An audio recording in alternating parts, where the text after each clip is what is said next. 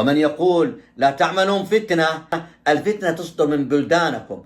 إذا كان عندك كلمة وهذه الكلمات جميلة، لكن ليتك تتجرأ وتملك شجاعة أدبية وتتجه لمن يتواجدون في بلدانكم ويتكسبون من السوشيال ميديا من خلال النيل والسب من السعودية قيادة وشعب. ليتك تذهب لهؤلاء وتطلب منهم أن يصمتوا وأن لا يعملوا فتنة، وتذكر لهم محاسن ما قدمتها المملكة العربية السعودية.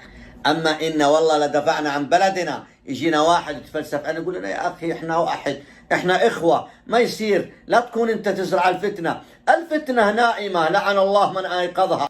لا تيجي تتفلسف علينا، إحنا ندافع عن بلدنا تيجي تقول لنا قال الله وقال رسوله. تتذكر قول الله ورسوله عندما نهب للدعم بلدنا والدفاع عنه، وعندما يشتم بلدنا ويسب ويقذف من بلدكم كأن على رأسكم الطير. لا أرى، لا أسمع، لا أتكلم. لا، سندافع عن بلدنا وسنرد على كل من يتطاول على بلدنا قيادة وأرض وشعب.